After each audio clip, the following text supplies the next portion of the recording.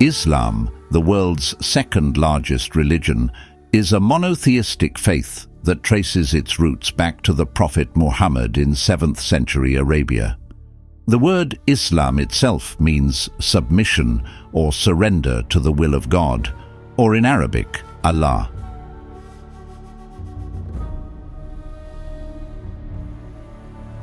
At the core of Islamic belief is the idea that there is only one God and that Muhammad was his final prophet. Muslims, the followers of Islam, adhere to the 5 pillars, which are the central practices of their faith. These pillars include the Shahada, or the Declaration of Faith, which states, "There is no God but Allah, and Muhammad is his messenger." Muslims also pray 5 times a day, give alms to the poor, fast during the holy month of Ramadan, and make a pilgrimage to Mecca at least once in their lifetime, if they are able. The primary sources of Islamic teachings are the Quran, which Muslims believe to be the literal word of God revealed to Muhammad, and the Sunnah, the teachings and traditions of the Prophet. It is a faith that encompasses not just religious practice, but a complete way of life.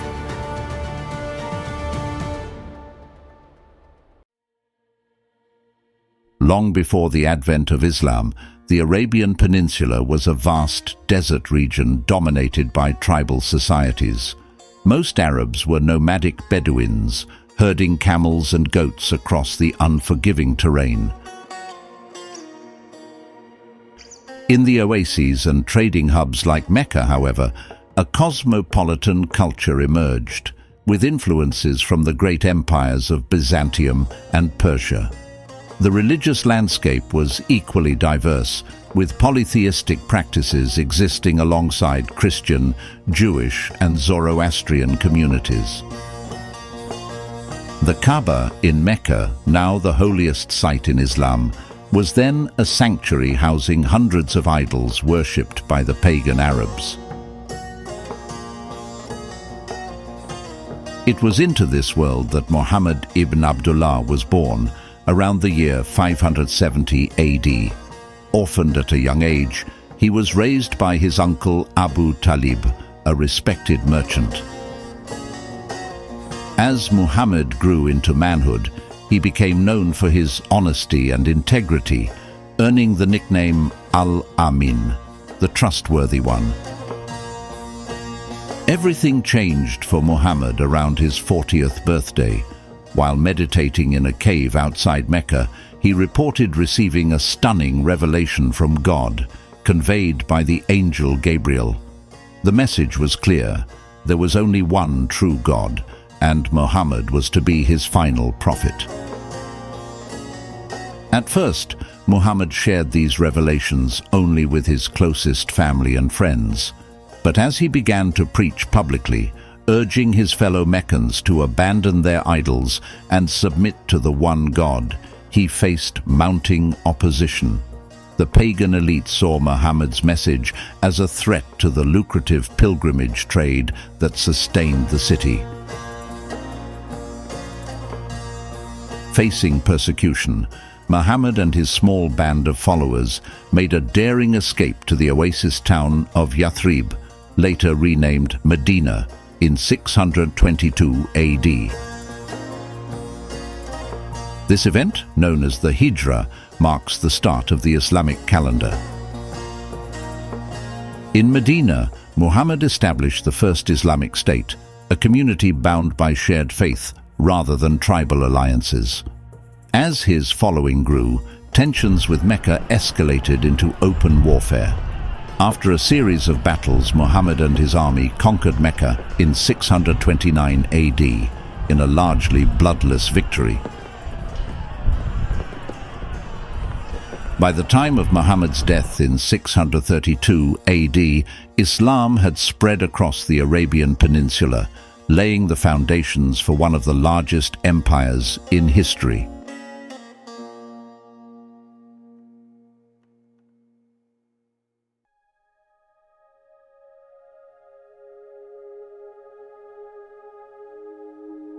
The period of the rightly guided caliphs, or the Rashidun Caliphate, began immediately after the death of Prophet Muhammad in 632 AD.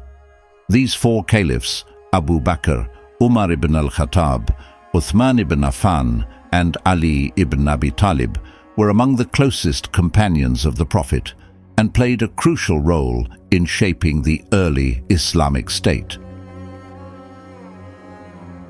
Abu Bakr, the first caliph, had the daunting task of holding the young Muslim community together in the wake of Muhammad's passing.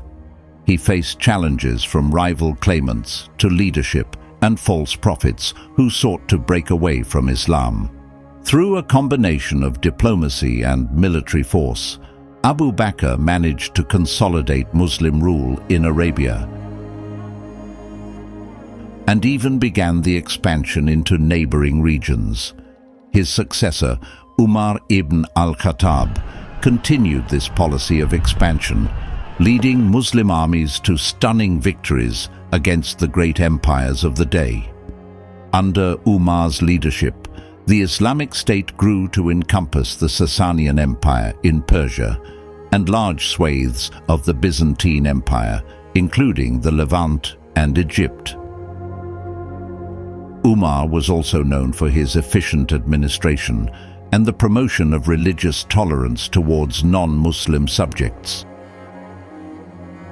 Uthman ibn Affan, the third caliph, oversaw the further expansion of the Islamic State into North Africa. However, his most enduring legacy was the compilation and standardization of the Quranic text. Concerned about the risk of distortion, Uthman ordered an official version to be prepared and distributed throughout the Muslim world. Despite this achievement, Uthman faced growing opposition and discontent during his reign, culminating in his assassination in 656 AD. The final Rashidun Caliph was Ali ibn Abi Talib, the cousin and son-in-law of Prophet Muhammad. Regarded by Shia Muslims as the rightful successor to the Prophet, Ali's caliphate was marked by internal strife and conflict. He faced a powerful challenge from Muawiyah, the governor of Syria, leading to the Battle of Siffin and the controversial arbitration that followed. Ali's eventual assassination in 661 AD marked the end of the Rashidun Caliphate and the beginning of the Umayyad Dynasty.